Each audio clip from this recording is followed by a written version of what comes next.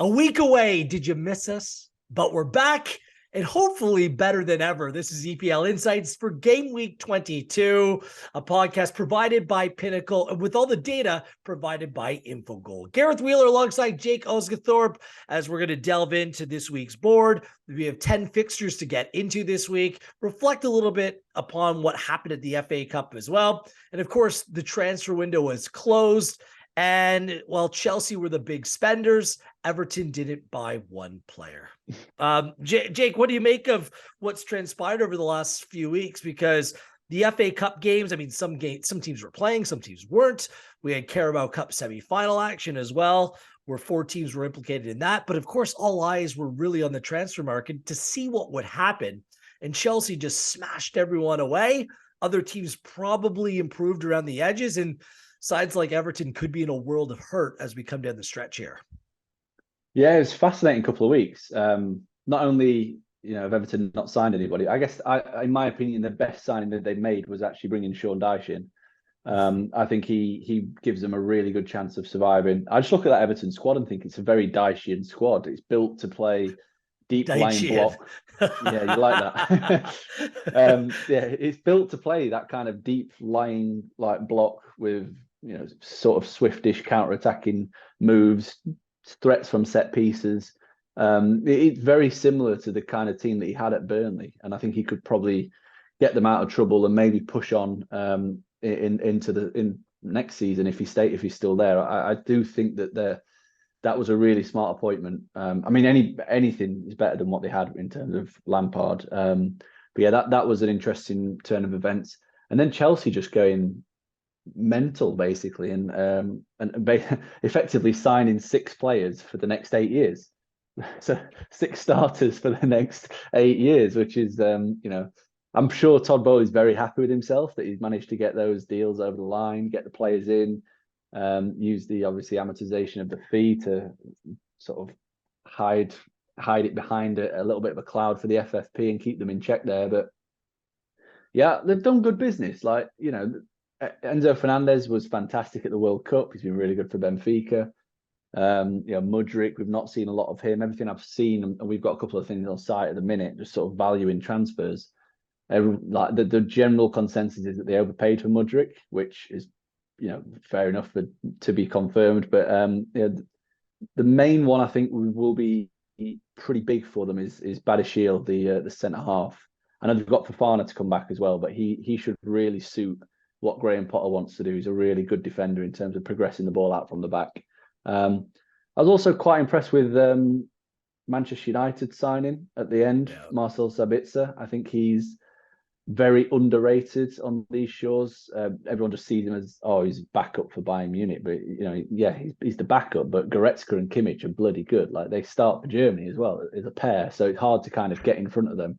And he's perfectly suited to fit in that Eriksen role. He's he's probably got a bit more of an engine than Eriksen, so he'll be able to press for a little bit longer and maybe last more along with the pitch. Probably not as cute on the ball, but he does get the ball forward with driving runs and progressive passes, so that'll definitely help cover him while Eriksen is out. And then Arsenal, I think we both agree that Arsenal have done decent business there by bringing in Jorginho on fairly cheap, 12 million quid. Partey looks like he's got a hamstring injury, so might be missing for this week, maybe for a couple more. And Jorginho brings a similar kind of profile to Partey in the sense that he's kind of just a defensive-minded midfielder who gets the ball and moves up the pitch quite quickly when he has it. So pretty good. The one I'm fascinated about is Bournemouth, because they brought in 3 or 4 players there. Lots. Well, I don't know much about any of them, to be honest. So if they're hits, if they come off, then that could really change their season in terms of propelling them away from danger. So they're definitely an interesting case for me just to keep an eye on. So yeah, it was fairly entertaining.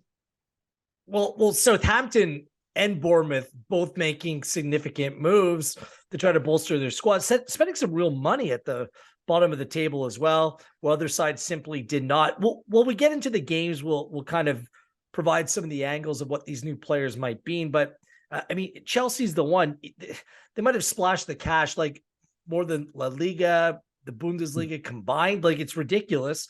But what does that mean this season? I mean, not bad for a 10th place side. Like this isn't a side that's really contending for the top four, or are they right now at Pinnacle after the transfer window closed, plus 701 to finish top four? There's a 10-point gap between Manchester United and Chelsea. Is that too much to overcome? Because right now with the injuries in this team, and they do have a substantial, it's a lengthy injury list. And some of these players, let's be honest, they're young. Chelsea's bought young. They haven't necessarily bought for now. They bought for the future. So is that a play that you consider to make, considering that they have added at least some talent into this side? I think if you're going to make that play, now is the time to do it, because not only have they've got the transfer out the way, they brought in all these players, but the schedule is actually pretty soft for Chelsea over the next 7 or 8 games. They've got Fulham, West Ham, Southampton, Spurs away, which I guess is the trickiest one of the lot. Leeds at home, Leicester away, Everton at home, Villa at home, Wolves away. So they've got effectively there, I think I've listed 9 games. They've got 8 very winnable games and a road game at Spurs, who probably are a team that they could beat as well. So if you like Chelsea's finishing the top 4, this is the time to back it, because it wouldn't, it's not beyond the realms of possibility that they go on a run here and put together maybe 7 wins and a draw. Obviously, you're still relying on Newcastle and Man United dropping points. The way in which they're both playing, I can't see it personally. I think it's a lot of ground to make up. And they've got to leapfrog quite a lot of teams in there as well, because the way in which Brighton are playing, they're not going to drop like masses of points over a long period of time. They're going to consistently keep picking points up. Fulham, you'd expect to drop off. Brentford have been very solid and consistent. So yeah, I personally won't make that play. I don't think. I think it's top 4. There's too much of a gap already there. 10 points. The quality of United and Newcastle is high, and Chelsea, as I've said, if you think they're going to get there, this is the time to do it, because there's every chance that they close the gap ahead of what would be a tough finish to the season. In which case, you'd probably get a shorter price than what you're seeing at the moment. Let's continue this quick look into the futures market before we get into this week's games. For top 4, United minus 349, Newcastle minus 141. I think they're priced appropriately. Liverpool still plus 225 as an outside shot. Spurs at plus 250, then Chelsea and Brighton at plus 701. I still don't get Liverpool at plus 225. Is this for top 4? Yeah. Plus 225. Top 4, yes. No Liverpool way. top 4. And Chelsea are plus 700. 701. They're the same points. I don't quite understand it, because Liverpool right now are a million miles off it. And that's why, if it's one or the other, I'm not touching either, to be honest with you. I'd be tempted to make a play at Spurs at plus 250. Danjuma is a good player. Add something up top. Richarlison can't be any worse than he was in the first half of the season, can he? Like, he's done nothing. I don't think he scored a Premier League goal. And Porro as an outside fullback, I mean, it's been the weakest position for Spurs all season long. You can't play that formation and not have any width. So I do like those 2 moves. I'd be tempted Spurs at plus 250, perhaps at the expense of Newcastle. They've drawn a lot of games this season. That's the one I'd be tempted on. It's also worth mentioning to win the title, Arsenal still a minus number, minus 135. Manchester City at plus 120. We did see those 2 sides play in the FA Cup. It was the first time they met this season. It was a competitive game. There were changes in the teams, but City went on to win that 1-0. Cancelo goes out to Bayern Munich. And then you see the movement that Arsenal, the moves that Arsenal made. They're 5 points up with a game in hand. Are Arsenal. Are these numbers just about right for you? At this stage of the season, yeah, I think they are. You've got a 5-point cushion right now, but Arsenal do have a game in hand as well, so it means it could stretch to 8 if they win that. They play each other twice. They do, yeah. The 2 Premier League games coming up.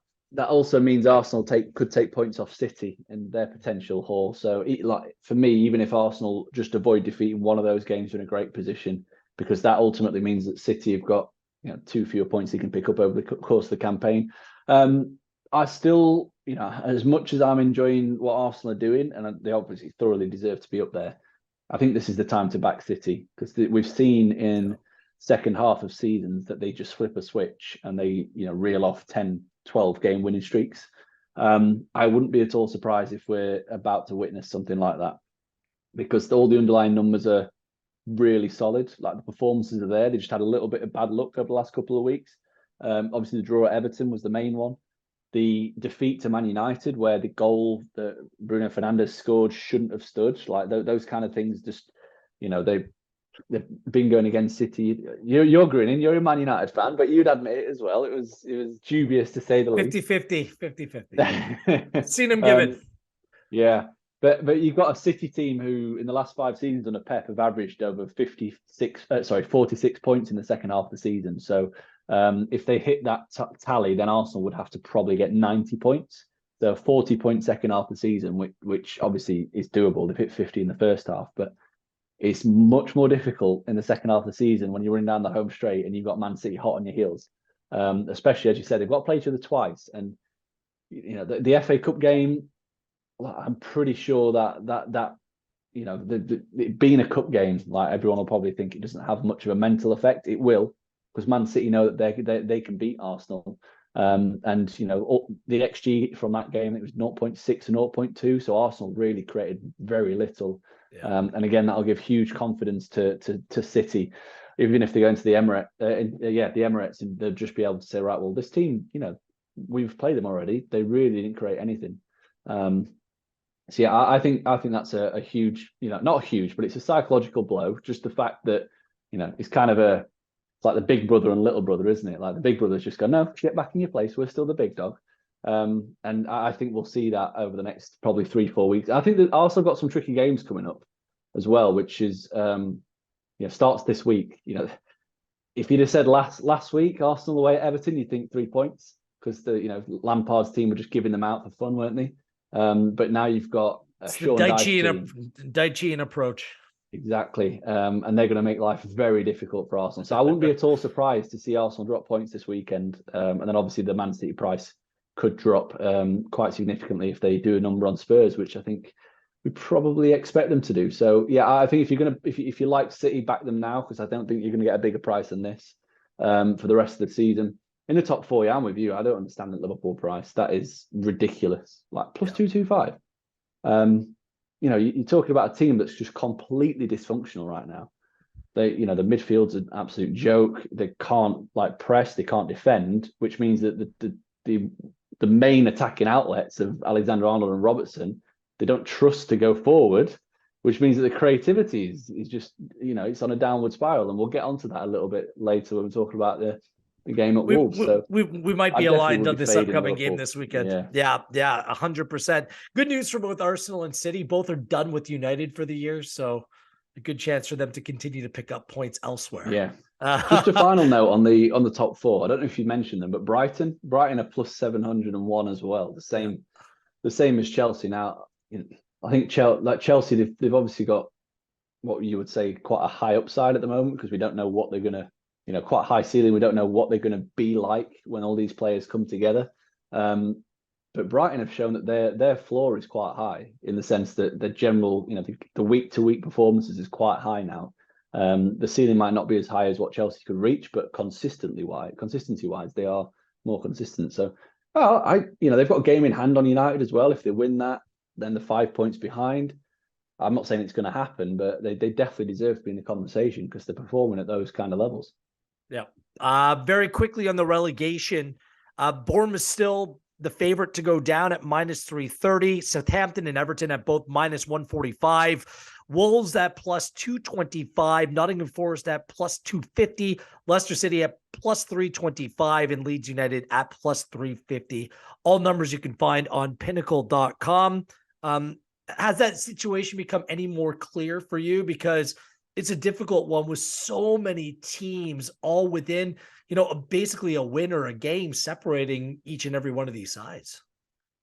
Yeah, it's definitely not got clearer. It's much murkier actually after the window, just purely because as you've said, Southampton and Bournemouth have splashed some cash. They're trying to stay in the league, aren't they? They're not going down with a whimper. They brought in, what many people across the industry and the experts from those countries that they bought from have said are decent enough signings. So be interesting to see how they integrate and whether that actually sees them improve. Wolves as well have quietly done some business. They brought in João Gomes from Brazil, Paulo Sarabia as well, who's a really, really good player. He was playing in the Portuguese league with Sporting Lisbon last season and won the title with them. I think he had 25 goal involvement, something like that. So was it 14 goals, 11 assists, something? So he's a very good player and was on PSG's books.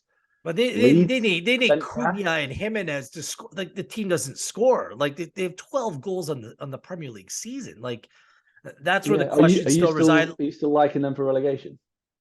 I actually think they'll do enough to survive.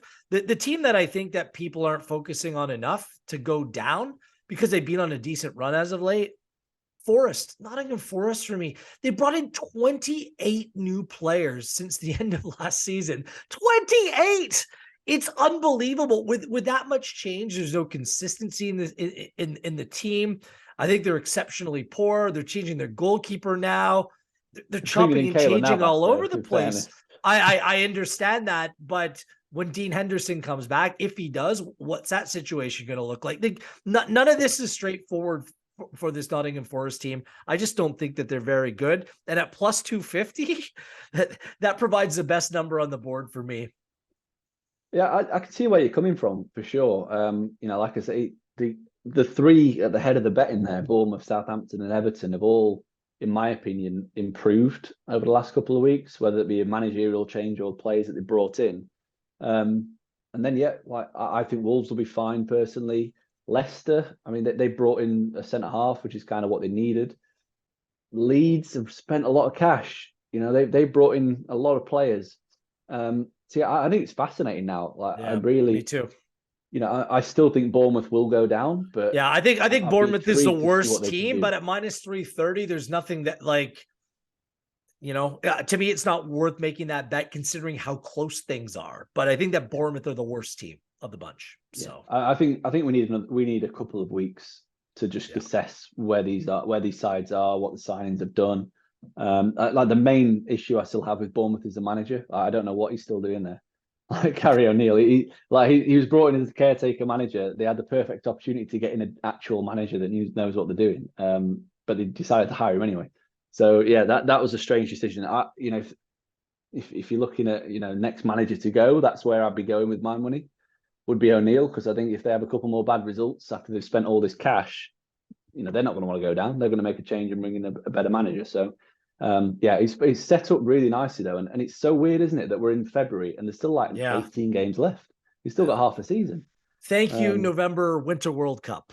That's provided us that context. Let's push forward to our games. The last time that we did our Premier League bets and predictions was game week 21. It was 2 weeks ago. Jake and I, for the first time on this podcast, went head-to-head on two different games, and everything looked to be coming up Wheeler. I hit the under on Liverpool-Chelsea. It played to a goalless draw. I had some swagger, some pep in my step. I was up 3-1 on the head-to-head going into the big Arsenal-Man United game. Jake had Arsenal to win. All I needed was a United draw, and Wheeler would have taken a commanding 4-1 lead. Then hearts broken by Eddie Nketiah late on in that game. In fairness, United were just holding on throughout, but you're still very much in the mix. On a scale of 1 to 10, Jake, how nervous were you watching the latter stages of that match from the Emirates? More nervous after the Liverpool-Chelsea game went completely the opposite way as I expected. I thought it was going to be one of those weekends, but when it went to 2-2. Arsenal just went up another gear and really penned United in, and I just felt it was coming. You felt there'd be at least one good chance, and fortunately he took it. And there might have been some knee slides around the house. Well, you probably started that celebration. It was midweek, because this was something that I did mention on the podcast. If Casemiro was suspended, I wasn't as confident. Lo and behold, Arsenal don't play midweek. United do against Crystal Palace. Become a little bit more leggy for that another, back-to-back away games in London. They play midweek. They lose Casemiro. So to be honest with you, things were stacked against me. And after Casemiro in that Wednesday game was played, I'm like, I'm losing this bet. But thankfully the Liverpool Chelsea under played exactly how I predicted. and I was able to salvage, or we were able to salvage a split on the week, whichever way you want to look at that. So we'll see if we have any head-to-heads this week. As always, we have our feature 5, and then we'll go rapid fire for the remaining 5 games of the weekend. Anything else to add, or you ready to dig in? I had another plus week, despite I lost a double in that Arsenal game, to be honest, because I made that Arsenal or a United with the handicap of plus half a goal. But I also like the under in that game as well. And it clearly went over. But thanks to a really good start to the week, I ended up with 5 wins, a push, and 3 that were incorrect. Yeah, positive week for me as well. Yeah, I think it was 4 wins, 2 push, 2 loss. So yeah, profit again. Yeah, profit every week so far for both of us in 2023, by the way. So well done. That's right. Yeah, yeah, we're doing something right, aren't we? The big one was Aston Villa, and honestly, there was some controversy in the win at plus 155, winning at Southampton. I mean, that was one that always looked to be a good one, but the way that it played out was a little bit more dicey, but they came able to pull it off in the end. So that was my big win for the week. Yeah, but my favorite one was the Brighton against Leicester to score twice. Just all the stars aligned pretty much, and we had a plus number. So yeah, just take my cash, give me the profit. Thank you. I think both of us, as soon as we started talking, the over 2.5 at minus 115. So that was a favorite play of the week as well. Let's get to it. And the games start on Friday, at least in terms of our feature matches. It's Chelsea and Fulham. Chelsea sitting 10th place in the table on 29 points. Fulham 2 points better than their big spending neighbors. Chelsea, they haven't played since that January 21st game, but they certainly did win the transfer window. They're 2-2-2 in their last 6 in the Premier League, but have scored just 5 goals in their last 9 Premier League games. They're 13th in goals scored, just 22 in 20, and they're 12th in XG, according to Infogol. They've gone under the 2.5 goal total in 8 games in their last 10. 10 players in the team are still injured or suspended, including João Felix, who was sent off last time that they played Fulham in what turned out to be a 2-1 loss for Chelsea. Mudryk was impressed after coming on against Liverpool. He looks to be the real deal. And Enzo Fernandez, I mean, he's such a good young player. We'll see what kind of role, if any, he can play this coming weekend. Chelsea are 5-2-2 at home, just 7 goals conceded, which is the 3rd fewest at home. Fulham, back-to-back losses. Has it struck midnight for Fulham Cinderella? Potentially, just maybe. They also drew 1-1 last week in the FA Cup against Sunderland. They've gone under 2.5 in 5 of 6 after being virtually an over team for game totals all season long. No clean sheet in their last 4. They're 7th in the league, but their expected league position remains in 12th, and they still have the worst expected goals against, 40.6 in 21 games. 4-1-5 away from home. And the team right now, virtually completely healthy. Head-to-head, like I said, last time they played, it was a 2-1 Fulham win, although Chelsea dominated in terms of the expected goals, 2.74 to just 0.65 in that game. Fulham, no clean sheet against Chelsea in their last 8, and Chelsea have been the first to score in 7 of 8. Chelsea are the favorites heading into this game, Jake. How do you see this game playing out? Chelsea, by the way, at minus 157, a draw at plus 307, and a Fulham win at plus 493. I'm actually going to take Chelsea on the handicap. I thought we were going to be recording this on the Tuesday or the Wednesday, so I did my notes then. So this was before the Enzo Fernandez signing. So I've not changed my mind whatsoever. And the reasoning for that is obviously because the underlying data is very heavily in Chelsea's favour in terms of this matchup. Like Chelsea, they are starting to find a bit of a groove in attack. It's taken a while, but they are getting there. The last game against Fulham was one of the games where we would call a very unfair result based on the underlying data. Chelsea hit nearly 3 expected goals, allowed less than 1 expected goal, and somehow managed to lose the game. So they hit 2.7 in that one, 2.06 the following week against Crystal Palace, and 1.69 at Anfield, which is a game that again they should have won. So the last 3 matches, you can see that they're starting to create more chances. They were comfortably better side in the reverse at home under Graham Potter. They've allowed just 1.2 expected goals against per game. That's including hosting Man City and Arsenal. So that's a decent figure. And, generally defensively is kind of where Potter hangs his hat.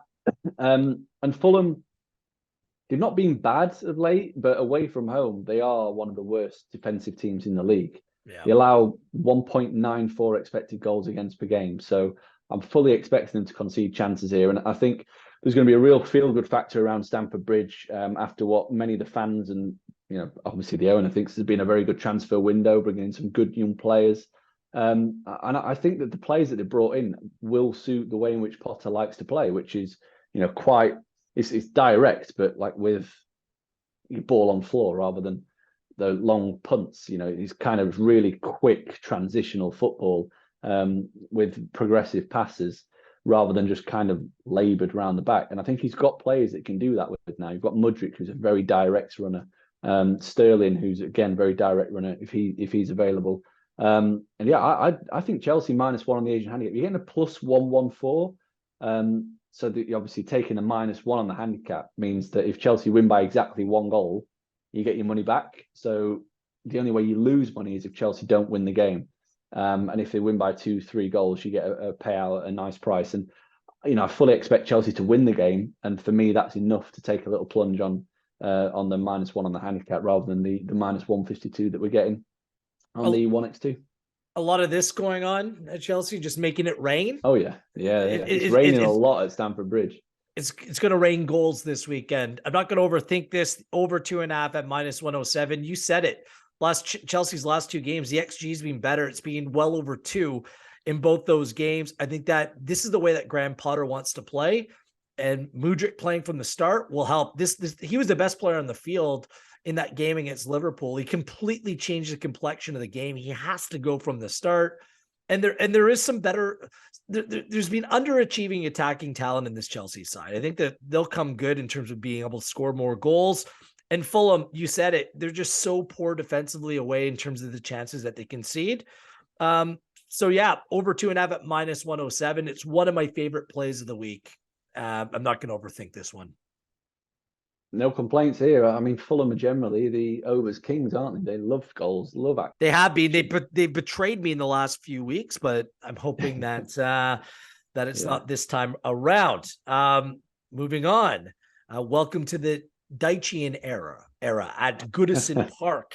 Sean Dyche now in charge, taking over for Frank Lampard. 19th place Everton. It's a rude welcome back for Sean Dyche as they take on league leaders Arsenal, who are on 50 points, 5 points better than anyone else in the Premier League. Everton coming off a 2-1 loss at West Ham. They were smashed in terms of the XG in that game, 2.44 to just 0.55. They were horrible. No wins in 8 in the Premier League, 4 losses in a row overall for Everton, and no clean sheet in 7 overall. They've gone over the 2.5 goal total in 5 of their last 7, both teams to score in 6 of 7. And they've also been the first to concede in 4 of 5. So Dyche is in, but no signings. Anthony Gordon's gone out. He's gone to Newcastle. Everton, who's going to score goals? They've only scored 15 on the season, but the XG is a little bit better at 23.3. But at the same time, they've only conceded 28 goals, but their expected goals against, according to Infogol, is 37.5 on the season. And they've been poor at Goodison Park. This is the thing. Hostile fans, everyone's angry. They're 2-2-6 at home. Arsenal, let's just roll off how good they've been. The dramatic 3-2 win over United. They've picked up 10 points out of 12 against good teams as well. Brighton, Newcastle, Spurs, and Manchester United. They managed that difficult run to near perfection. They lost to Manchester City in the FA Cup. In that game against Manchester United, a 3.18 XG to just a 0.35 in that game. They've won their last 4 games away from home. Get this, by a combined 9 goals to 2. They're 8-1-1 away, 25 points away, is better than anyone else by 7. And then the best away expected goals for, the second best away expected goals against, and the best overall expected goals against at 17.2 in 19. There are some fitness concerns, although it's sounding brighter by the day for Thomas Partey to play. If not, Jorginho was brought in to Arsenal for that very reason. It's the first time that these two sides have played this season, but Everton has won 3 of their last 4 against Arsenal, but haven't picked up a clean sheet in their last 3. All right, Jake. I mean, Arsenal have been so good. They can't really go to Goodison Park and slip up against this side, or will the powers of Sean Dyche be enough to change the fortunes and really provide a stern test for Arsenal this weekend? I do think that this will be a very stern test. That, one thing is for sure, that when the news was announced that Lampard wasn't going to be in charge and eventually Dyche was appointed, I think, many of the bottom 3 teams around the bottom will have been a little bit nervous about that, because I think if Lampard stays, they definitely go down. And obviously this is the Dyche spanner in the works for Arsenal, effectively, because new manager bounce. I don't personally believe in it. I don't think it's an actual thing. I think it's just more regression to the mean. Dyche will get a tune out of this Everton team straight away. You don't have to look at the players he's got at his disposal, and you can understand why, because he's got Tarkowski, he's got Cody. They're perfect for playing a deep line block. He's got his fullbacks, he can keep them nice and tight. Coleman doesn't have the energy to burst and play as an overlapping fullback anymore, so he'll happily just sit there. He's got Dwight McNeil if he wants to use him to play as a tight left midfielder. You've got Onana, who's the box-to-box guy, all engine in midfield. Then you've got you've got Calvert-Lewin up front. You could play Demarai Gray off him, almost like you Chris Wood and Ashley Barnes. So you almost recreate what he did at Burnley. This isn't what Everton supporters want to hear. You're the new Burnley. Well, listen, if it keeps you in the league, who cares? Do you want to be the new Burnley, or do you want to be the Norwich that goes down, comes up every year, then goes back down again? Burnley stayed in the league, punching above their weight for 6 seasons with Dyche. Like they had no right to be in the Premier League, and he managed to get a tune out of them with a very small budget. I was reading the other day that Dyche's record signing at Burnley was £15 million for Chris Wood. Every single team currently in the Premier League has a record signing of more than that. So that kind of showed you the financial level they were playing at. So he did a lot more with less compared to what many managers do. So I think he deserves a bit of credit for that. I think he increases the chances of not only getting a result in this game, but also keeping the league, because I'm not don't look like that. I'm not taking Everton on a handicap or anything. No. I'm not going that far. But we know how they're going to set up. They're going to be difficult to beat. They're going to play that deep block and try and make it difficult for Arsenal to create chances. So what are you taking? It sounds like you're tempted to take Everton on the handicap. No, that didn't cross my mind once. It really didn't. I saw the number on the under 2.5 goals at plus 106, and that was me. Yeah. I was taken straight away.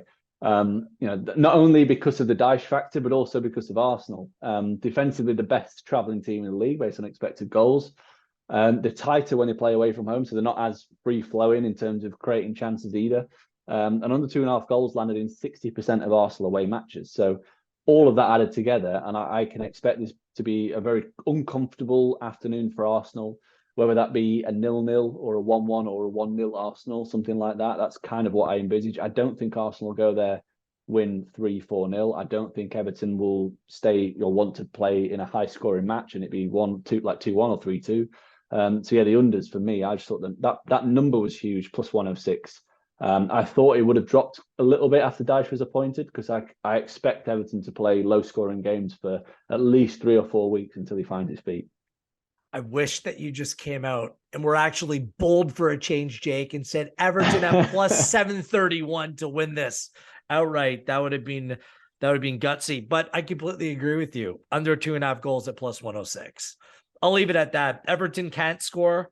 Just look at their squad. They're so limited in terms of what they have. It's just, I think they're in some real trouble. Arsenal have been excellent, but I think they'll be content going there, picking up a dirty point or 3, 1-1, 1-0, I can see something like that playing out. So I'll take the under as well.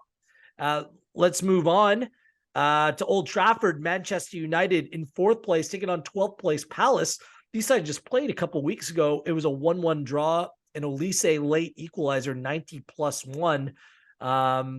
That it was a well-earned point for Crystal Palace. Big improvement in the second half from the first half, and a game that cost Casemiro a chance to play against Arsenal the following weekend.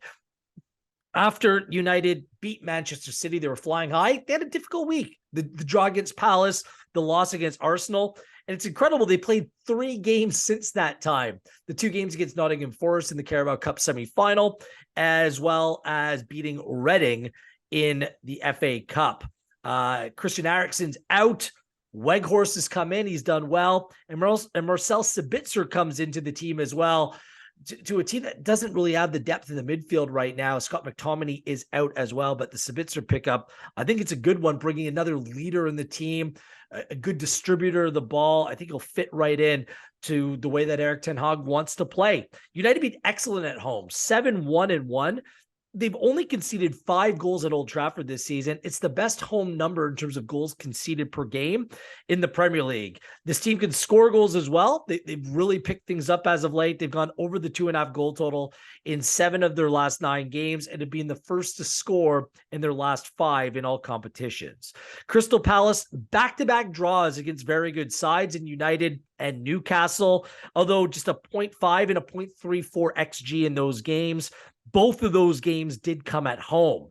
They haven't won a game in their last 5 overall, just 3 goals scored in their last 7 Premier League games, and the 3rd worst XG overall. They are 2-3-4 away from home on the season, and their 2 wins came in their last 4 away games. Anderson remains out at center back, and it seems like Wilfried Zaha will miss out this weekend as well. They played to a 1-1 draw last time, but from 2018, Manchester United against Crystal Palace, 4 wins, 3 draws, 3 losses. So it's been evenly played, and United haven't picked up a clean sheet in their last 3 against Palace. These 2 sides, they just played one another, Jake. I'm not sure if that comes into the equation whatsoever. What do you make of this matchup this time around? I've actually got no bet in this. I think United are short enough. If I was to have a lean, it'd be United to win to 0, just purely from what we've seen based on, United's defensive strengths of recent weeks, and Crystal Palace really, really underwhelming, actually. I was talking to someone earlier, and just highlighting the fact that their current underlying data is kind of in line with what we saw from Palace under Roy Hodgson at the back end of his era before Vieira came in. So it's almost been, a lot of positive, and then they peaked last year and they've really taken a downturn. So, they've brought in a couple of signings, haven't they, in midfield. I don't think they've got much of a chance this weekend. I think United are a team that are on a roll. Palace are struggling to create chances at the moment and struggling to score goals. So United would have won at Selhurst if it wasn't for that worldy, unbelievable free kick. I have no bet personally, but if I was to have a bet, it would be United win to 0. Yeah, that's exactly what I have. Both teams to score no, combined with the Manchester United win at plus 124 on Pinnacle. It's a plus number. United don't concede at home. They can rotate through their back 4.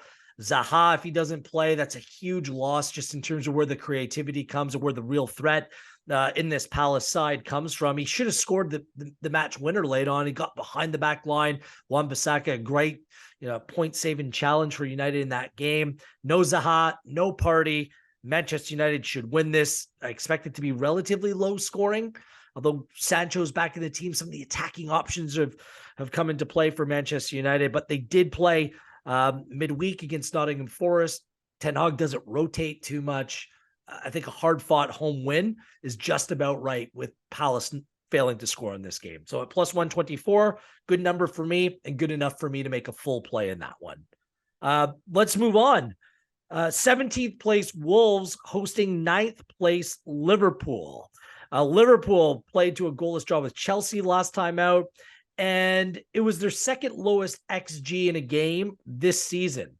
They then lost to Brighton 2-1 in the FA Cup. These would be miserable times for Jurgen Klopp and this Liverpool side. They've conceded in 9 of their last 12 in all competitions and conceded in 8 of their last 9 Premier League games.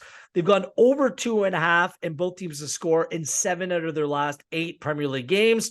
The exception to all those stats was last time out against Chelsea.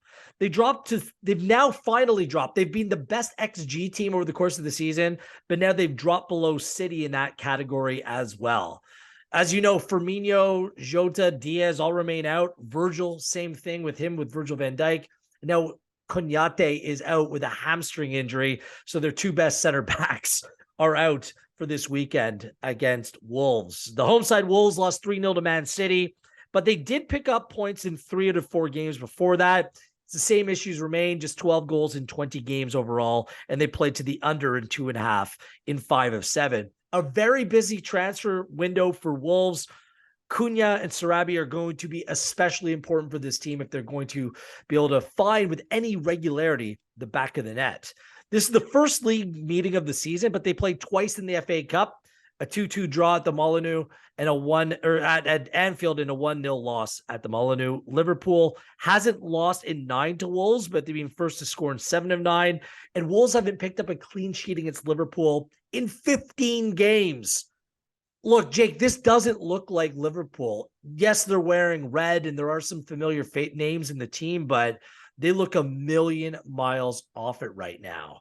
Does that mean for you that Wolves have a real shot playing at home against a very poor Liverpool side right now? 100%. 100%. Yeah, the bet in this one is Wolves plus half a goal on the Asian handicap at plus 102. That is an absolute no-brainer of a bet for me. Yeah. Just, Liverpool have been that bad recently. We've spoken about the defensive issues quite a lot over the course of the season, but the only thing that was keeping them afloat and keeping them relatively close touching distance to the top 4, top 6 has been their attacking process, and that's started to decline as well, which is a huge concern, because if you stop creating the chances but you're still conceding them, there's only one way you're going to go down that table. The last 6 matches across all competitions, they've averaged 1.1 expected goals for per game. Of comparison, 6 previous games across all comps, it was 2.2. So their process is effectively halved from a 6 game to the following 6 games, which is just remarkable. They've played Wolves twice in that time. They've managed to create 1.3 XG in total against Wolves in those 2 matches. So Wolves have got a very decent game plan, it would seem, to kind of nullify this Liverpool team.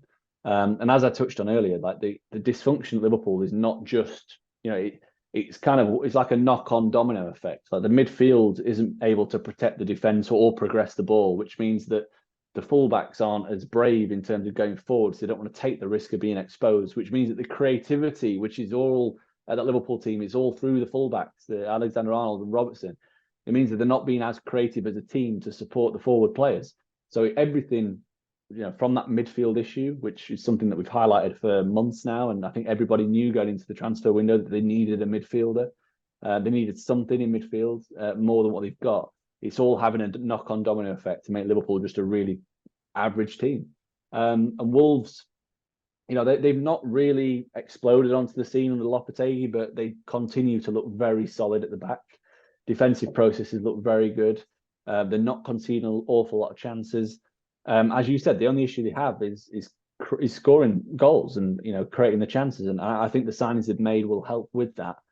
But it's not a kind of sustainable way of playing. But if you don't concede chances and you nick a goal here or there, you're going to climb the table. And ultimately, that's what Wolves want to do. I think they've got a really good chance of getting a result this weekend. And the number, plus 102, that for me is a really, really good number. I'm not even talked about Liverpool's just general away form, which is, they've lost 5 of 9 away games, drawn 2. This kind of Wolves double chance bet has landed in 78% of away matches. So the opponents have avoided defeat 78% of the time. And defensively, nearly 2 expected goals against per game for Liverpool when travelling. So literally every single number points towards Wolves getting a result here. And you're nodding, so I'm guessing you're on board. I have the exact same thing written down. I was tempted to make a play Wolves to win this outright, but give me half a goal at a plus number. I mean, it's a no-brainer for me. And look, I'm not a huge fan of the way that this Wolves team plays. I do think they have a really good manager in Lopetegui, but Liverpool right now, they're unrecognizable. You take Konaté out of this team and Van Dijk, like this might be the gift that Wolves needs to actually start scoring some goals in the Premier League here. Like I think Wolves can score in this game. So I wouldn't be adverse to, making a play to Wolves to win this outright, but I think the best and the smartest bet to make is plus half a goal at plus 102. Completely agree. And that's why these Liverpool futures numbers, like you brought up early in the podcast, I just don't get it. Like how soon are some of these players going to get back into the team? Because they're the ones that form Liverpool's identity. It allows them to play the way that they want to play. And right now they don't have it. Gakpo still seems a bizarre signing for me. There's no balance in this team. I think they're in some real trouble, and they might finish right about where they are right now when all's said and done on the season. It wouldn't surprise me at all. The defensive process has been bottom six for the entirety of the season, and that ultimately, if you keep conceding chances, there's only so many, man of the match performances Alisson can put in a season to keep you in games. Even last week in the FA Cup, I mean, Fabinho came off the bench. He looked so sluggish. The tackle on the young lad Ferguson was horrific, awful. But it was just because he was so slow. He seems to have lost that step, and this is why he's not been playing regularly. Henderson hasn't been playing. He's not pressing or not able to press. I really think it comes down the injuries, yes, but the number of games that this team has played over the last 2-3 seasons, it's ridiculous with limited rotation. Like these players are they've lost their legs, and you can't play in this league at this pace in the style that Klopp demands when you simply can't run. I think it's rather straightforward for me. So I do think it's funny that for whatever reason with Liverpool, the narrative is like, don't worry, they'll sign Bellingham in the summer. And why doesn't the same argument apply to whether it's Manchester United or Spurs or Arsenal or any other team that hasn't qualified for Champions League in recent seasons? Why would Bellingham go there when he can go to Real Madrid or Manchester City or United if they're in the Champions League? It doesn't make any sense, that logic to me. They're going to be going through a bit of a rebuild here, and it's not going to be an easy one for Liverpool. So, and we'll see how much Klopp can stomach it. And with an ownership potential change as well, I think there's some real question marks around this Liverpool side. I'm not trying to be dramatic. It's just what we're seeing play out. It's just, again, it's unrecognizable.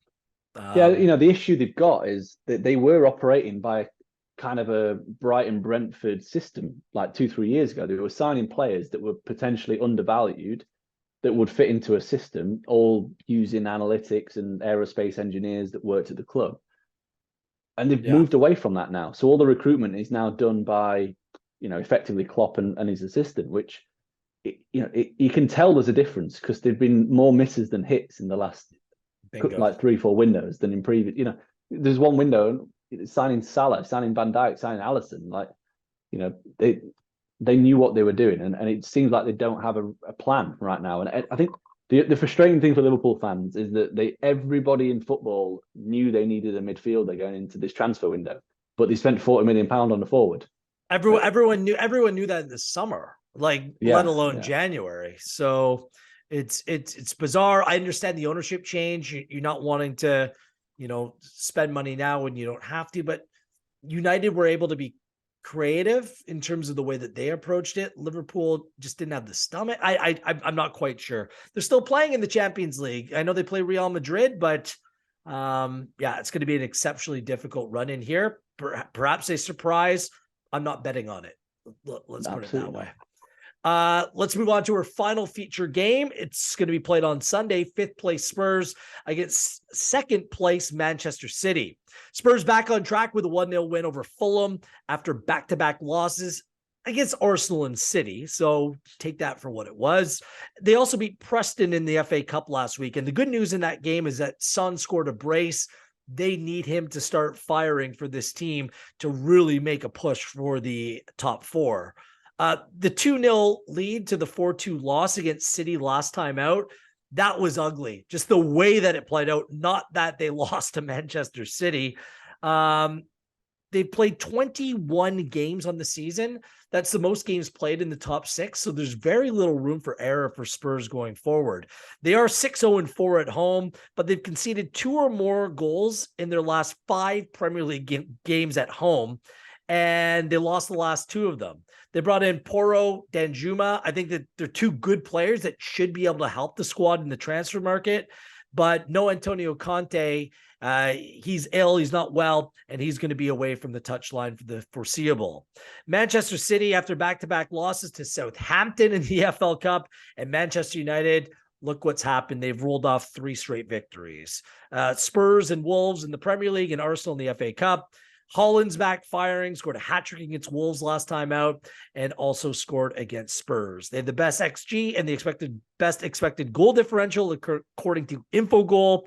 But they are still 5 points back of Arsenal, and Arsenal have a game in hand. They've been the first to score in 8 of their last 10 games. They're relatively healthy, although we'll see what that back line looks like if Nathan Ake continues to play on that left-hand side, as Cancelo was sent to Bayern Munich, which is one of the bigger surprises of the transfer window. Head-to-head, like I said, it was 4-2 on January 19th, but Spurs have actually won 4 of the last 6 meetings in the league against Manchester City. City, no clean sheets in their last 3 games against Spurs, and Spurs have been first to score in 5 of 7. It's a compelling game here because of their recent track record against one another. And what's at stake? What's on the line in a game like this for both teams? What do you make of this matchup? And do you have a play in this game? Yeah, it's a big game. And yeah, I have a play. I'm taking Man City to win minus 132. I think that's way too big of a price for the best team in the league, reigning champions, traveling to a Tottenham team that, in my opinion, is bang out of form. I know the results of, they got a good win against Fulham. I didn't think they were really good in that game. I thought a draw would have been a fair result. And then beating Preston in the FA Cup, I'm not taking much away from that. But yeah, like this Man City team gave Spurs a 2-0 head start, and they still beat them 4-2 in 45 minutes. Like, there's just a huge gulf between these two sides, and I don't think the price fully reflects it. I expected it to be, closer to maybe minus 150, something like that, maybe minus 160. Yeah, like I know Spurs, they've brought in Porro, they've got rid of a couple of right wing backs, but I've not seen enough from them in the restart to suggest that they're going to cause City any problems whatsoever. I mean, they look really flat. They just flat. They've won 2, drawn 1, lost 3 of the 6 since the World Cup in the league. They've averaged 1.07 expected goals for per game, so they're not creating chances anywhere near the rate required. And at the other end, they're conceding 1.7 expected goals against per game. So they're conceding at, that process, 1.07 to 1.71 is kind of, it's not far away from like a Bournemouth or a Southampton. Like, that's the kind of level that they're currently performing at from the data. So there's massive concerns at both ends of the pitch. And then you flip it around to City, and, the result, they've not won 6 in a row, which is, City have to do that. Otherwise, everyone's questioning what's wrong with them. Their process since the restart's been simply pretty flawless. 2.4 expected goals for per game, 0.75 expected goals against per game. Like, they are creating an abundance of chances regularly and conceding very little. The only team to beat them on XG was Man United, and again, we talked about the asterisk. Well, I put an asterisk next to that because of the whole bizarre Bruno Fernandes goal that I personally think should have been disallowed, and then it's a different game potentially. No, I'm just saying from this, I'm not for me, there's an asterisk next to that game when you're talking about these kind of stats, because if they don't equalize fairly sharpish, I don't think that they get back into the game, United. And it's if buts and maybes, but for me, I still think this City team are performing at a very high level, and they should be able to blow Spurs away. And yeah, the only nagging doubt is the fact that Spurs are pretty good on the counter-attack when they want to be, but they've not shown that enough for me this season. They've had the opportunities. Arsenal played front foot a couple of weeks ago. Spurs tried to play on the counter-attack. They didn't click at all. What makes anybody think it's going to happen this time? Like, they're playing a Man City team that are extremely well organised. I know that they've lost Cancelo. I mean, to be honest, would he get in their best team post-World Cup? Like, he's played a couple of times. He's not looked up to scratch. He's obviously got the face on about being dropped. Like, do you want him there? Like, I saw a video doing the rounds of Pep talking to, I think it was Rio Ferdinand, and he basically just said, like, if you stand still, you're going to get caught. You've got to keep moving your squad on. And I think it's a brilliant piece of business, to be honest, because he's 29 years old, and you're going to get 60 million from him. Like, he was dropped by Portugal at the World Cup as well. Look, he was brilliant last season. This kid Rico, he's a real deal. Like, he's kept Kyle Walker out of the team. They've found different solutions as well. The business doesn't bother me whatsoever. It's this City team looks vulnerable at the back. Like, their only clean sheet in recent games came against Wolves at home. That's a real problem. Watching that game, the 4-2 win over, City 4, Spurs 2. I mean, there could have been 10, 12 goals in that game. I just look at these two teams playing, like, the strength of both sides. The talent resides in attack for both teams. That's why I like both teams to score an over 2.5 in this game at plus 112. City might win this game 3-1. Spurs have done relatively well against City in recent times. The recent results, 4-2, 3-2. If you remember, like, the Spurs 1-0 win last season, like, they just parked the bus and just held on. It was incredible that it stayed 1-0. That was Nuno game, wasn't it? Yeah. I just think that the profiles of these teams scream goals. I like the over. I like both teams to score in this game. So give me that at a plus number. That's what I like. I agree with you. City's the better side here. There's no doubt about it. But Spurs are playing at home at minus 130. What'd you say? Minus 132. There's just not enough in it for me to make that play. So I'll just focus on the number in this game. Yeah, I don't think the Spurs at home is a massive issue. I mean, they've lost 4 of the last 5 at home. It's, people forget that. They've lost to Arsenal, they've lost to Liverpool, they've lost to Newcastle. So whenever they've played a half-decent team, they've lost. And City are more than a half-decent team. So, I think that number should be shorter for City. I really do. For me, I think there's a lot of people looking at City and going, well, they're not as good as what they have been. The numbers paint a different picture. They are bang on track to do exactly what they did last season from an underlying data perspective. I will just say for Spurs, up front. I know in recent times, yes, their home games haven't looked good in recent times. The Bentancur is back in the team and Kulusevski's back in the team. And without those two, like they've been just haven't been anywhere near good enough. They need those two players in the team. They'll have them this weekend. I think it'll make it a more competitive game. So, anything to add, or can we move on to rapid fire? No, I was just going to say Kulusevski and Bentancur have been in the team for the last couple of games, and it's not made much of a difference. So, particularly for me, anyway, since the restart, they've struggled to create chances, and they've had Kulusevski, they've had Richarlison back. So, that. I'm not hanging my hat on the fact that they're going now, especially against this City defense. I think they'll have a real struggle, and the mood around the place is not going to be good because they're not playing very well. Conte's not going to be there on the sideline. That might be a good thing, honestly. Conte away. No Conte. Yeah, maybe he looks miserable. Like it doesn't. It might not hurt for a game. Let's put it this way. Over the duration of the season, yeah, of course, but. We'll see what happens this weekend.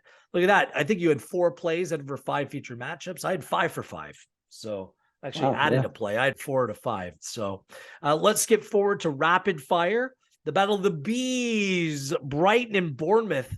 Brighton continue to look great. They kept Caicedo, which is big. They did drop points last time they played in a 2-2 draw against Leicester City. Followed that up by beating Liverpool in the FA Cup. Their over numbers are incredible. Over 2.5 goals in 13 out of 14 in all competitions, 9 out of 9 in the Premier League. Both teams have scored 12 out of 14 in all competitions, 8 of 9 in the Premier League as well. Bournemouth picked up a point, and they won the XG battle, which is very rare last time out against Nottingham Forest in a 1-1 draw in that game. No wins or clean sheets in their last 7 games, but lots of reinforcements. Utara, Semenyo, Vinya, Zabarny, the Ukrainian center back, looks like he's a bright future, and Traore. This is the first time that they played this season. They haven't played these two sides since 2020. No surprise, Brighton a home favorite. You might still find some value in Brighton, as I think they're still being underestimated by the market a little bit. Do you have anything in this game? I don't know. I've kind of left it alone this one. A couple of questions around Bournemouth for me that have made me a little bit hesitant. And yeah, I don't know if I think there'll be goals. I don't know how many goals there'll be. The line's at 2.75, and the handicap's at 1.5. And the way in which Brighton have conceded goals, I probably would just avoid that personally. So I've left it alone. I'm not betting the total on this game because I'm not sure if Bournemouth can finish their breakfast. I'm not sure when these new players will be able to contribute, but I do like Brighton to win this game to 0 at plus 121. Brighton aren't a poor defensive team, and they don't have poor defensive players. It's just their style of play leads to goals. But sounds like Caicedo was apologized. He'll be back in the team. That shield in front of the back three, I think that will be decisive. So I think a Brighton win to 0 at plus 121. It's a decent enough play for me to make a full play in that game. Let's go Brentford at home. We like that play, Jake, as they take on 20th place, bottom of the table, Southampton. Brentford coming off the goalless draw at Leeds, but they haven't lost in their last 8 Premier League games. Their last loss in the Premier League, October 23rd against Aston Villa. Only one loss all season at home. Southampton lost to Villa 1-0 last time out, but they had a goal taken away, which for me should never have been taken away. And they played 3 cup games since, including a midweek loss at Newcastle 2-1 in the Carabao Cup semi-final. They purchased new players as well. Sulemana, Onuachu, and Orsic, all players who can potentially help in attack. First meeting of the season between these two sides. Each won their home game, get this, by 3 goals last season. Do we follow suit here? I mean, we're on team play Brentford when they're playing at home. I'm going there at minus 112. Are you joining the party? I am. Yeah, I'm dancing. All right. Yeah, we're I knew I could with count on you, Jake. I knew I could count on you. We're fully aligned. Yeah, like we've said all season, Brentford are a team that are must bet at home when the price is right, and the price definitely looks right this weekend. Underlying numbers are fantastic at home. The record is good. Southampton, they won the last away game in the league, but there's a caveat because it was against Everton, and as we've said all pod, a win against Everton, they were just handing them out at the back end of Lampard's reign. So this is going to be much tougher. Also factor in Brentford haven't played for 2 weeks. Southampton have played every 3 days in that time, so there could be a fatigue factor, and Brentford will be, absolutely raring to go. And just a note on Brentford as well from me: everyone is absolutely raving about Brighton and how good they are, and everything they're doing. Brentford are 1 point behind Brighton, and they seem to be going under the radar. So I think they deserve a little bit of respect. And I guess that goes for the price as well, because the price suggests that the bookies aren't giving them enough respect. Yep, I'm with you on that. I'm just going to lock it in. That's my best bet of the week, by the way. Brighton, home win, Southampton, minus 112. 11th place, Aston Villa against 14th place, Leicester City. Villa, another win, 1-0 over Southampton. 3 wins and a draw in their last 4. 5 wins in their last 7 under Unai Emery. Leicester City, a 2-2 draw against Brighton, but that's their only point in their last 5 Premier League games. Over the last 3 seasons, these two teams have played 2-2-2. They split it right down the middle. I do not have a play for this game. Look at that. Do you? I'm going to take Villa to win. I think, like the impact Emery's made from a result standpoint have been really impressive. 7 league games, 5 wins, a draw, and a defeat. They've beaten United, Brighton in that time. They have so far performed well against what you would have to call relegation candidates. Drew with Wolves under a new manager, beat Leeds, beat Southampton. I think Leicester are a relegation candidate. They look to me to be in potential trouble defensively. Their process remains an absolute shambles.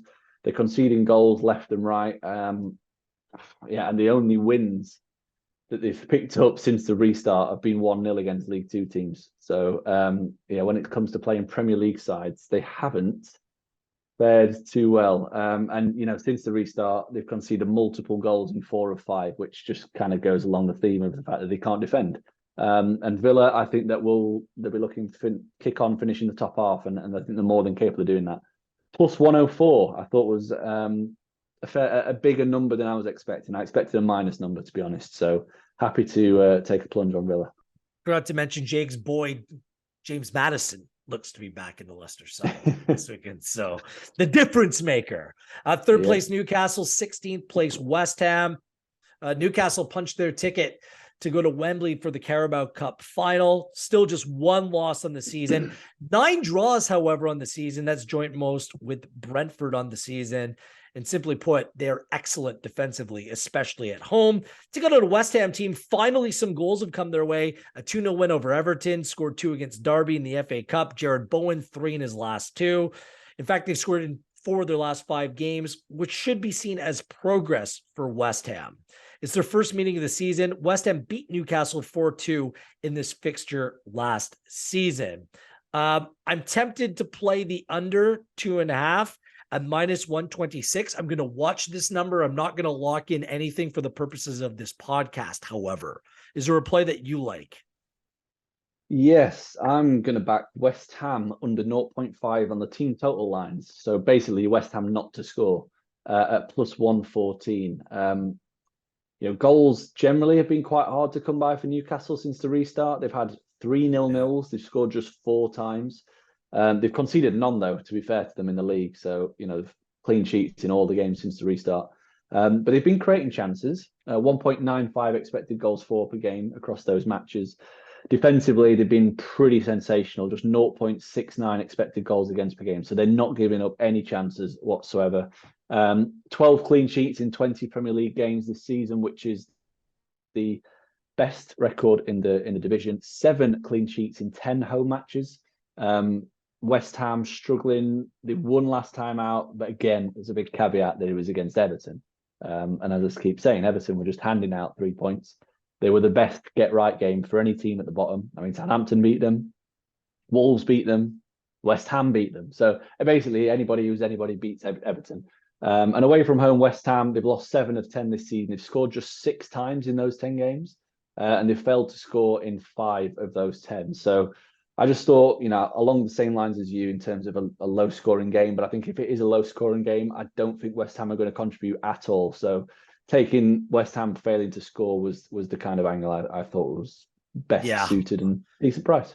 I think we're our mindset or logic is on the exact same page here. Just it's going to be a low scoring game. We'll see if any of these teams can grind out the full 3 points in this game. For me, this game it could end up in a draw. Newcastle having played midweek as well. We'll see if that has a lingering effect. And no Bruno Guimaraes. No Guimaraes. Yes. Yeah. In this game as well. Finally, Nottingham Forest taking on Leeds United. Final game of the week. This game will be played on Sunday. What do you make of this one? Bournemouth coming off a 1-1 draw. Forest coming off a 1-1 draw against Bournemouth. They were smashed midweek against Manchester United in the Carabao Cup. Henderson, Gibbs, White among 10 injuries in their team.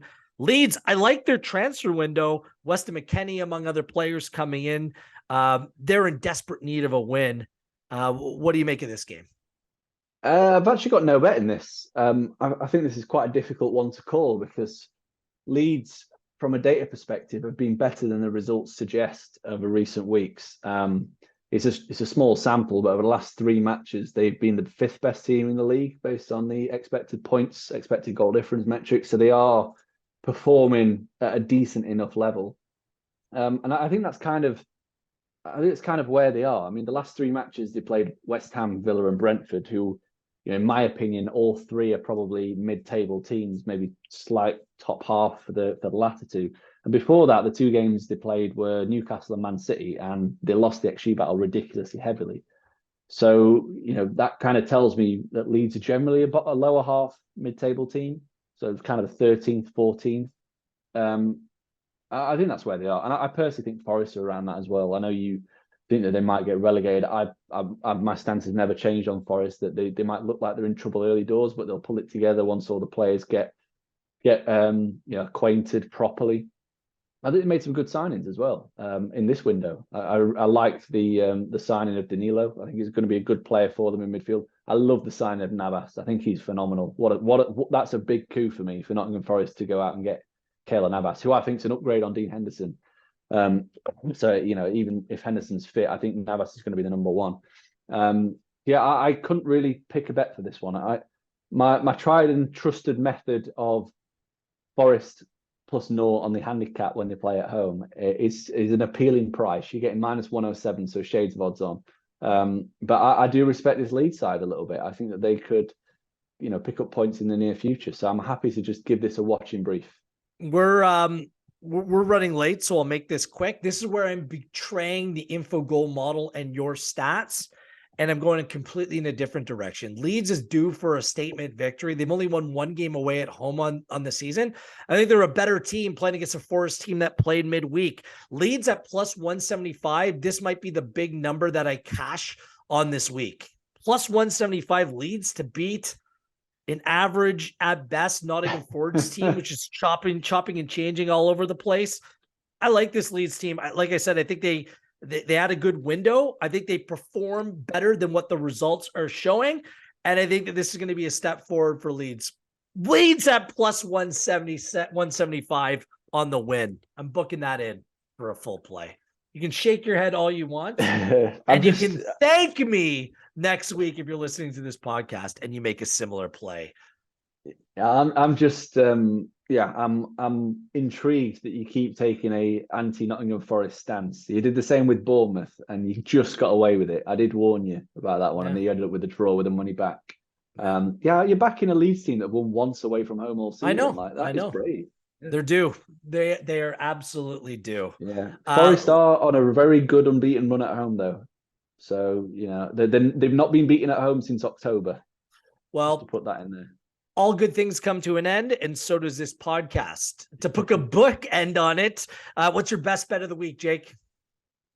Best bet would be probably unders in the Everton game. I think that's the bet I fancy the most. +108, I think it was. That'll be my best bet. I really like that bet. I think everything points towards that being a low scoring game. And mine is Brentford to beat Southampton at home at -112. Our Premier League's predictions articles are all available on Pinnacle.com. Please keep us locked in at Pinnacle on Twitter, as well on our YouTube channel as well. Plus, we're gearing up for the Super Bowl. My Philadelphia Eagles are playing in it. I can't wait for them to smash Patrick Mahomes and the Kansas City Chiefs. Check out our NFL Insights podcast. They might disagree with me, and they're the experts on this. That'll be coming up next week as well. At Gareth Wheeler, at Jake Oz with 2 Z's on Twitter. The odds that we've used are correct at the time of recording. And as always, please gamble responsibly. Good luck this week, Jake. We're pretty much aligned across the board. No head-to-heads, but we will be keeping track and calculating our plays so you can keep track along with us as well. It's good to be back. Good to see you. Enjoy the weekend, Jake. You too. Have a good one. On behalf of everyone on Pinnacle, I am Gareth Wheeler, and this has been EPL Insights with data provided by Infogol.